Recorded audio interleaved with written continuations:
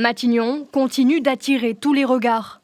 Après avoir reçu les organisations syndicales et patronales, les unes après les autres, ce mercredi, le Premier ministre les réunit ensemble dans l'après-midi. Édouard Philippe indiquera-t-il la porte d'une sortie de crise juste avant les vacances de Noël ?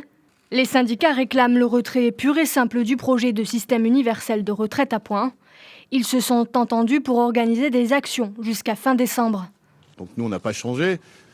On demande le retrait et de renégocier l'amélioration du système actuel. Mais on est vraiment... C'est deux conceptions de la protection sociale qui s'affrontent. Vraiment, c'est des choix de société. Eux, ils veulent que le budget accordé à la santé, à la retraite et tout ce qui concerne la protection sociale ne bouge pas parce qu'il faut réduire les dépenses. Et nous, on pense qu'il y a de quoi alimenter le financement de la protection sociale. Le camp réformiste a cependant senti une volonté de discussion, à l'image de Laurent Escure, patron de l'Union nationale des étudiants de France.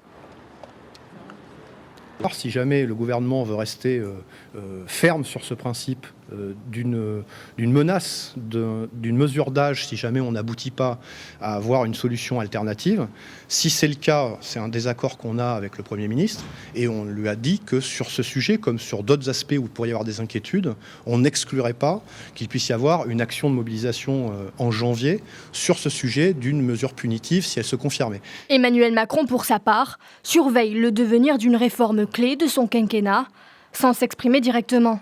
Il a tout de même fait savoir mercredi qu'il était disposé à améliorer le projet qui doit être transmis au Conseil d'État avant Noël et présenté en Conseil des ministres le 22 janvier.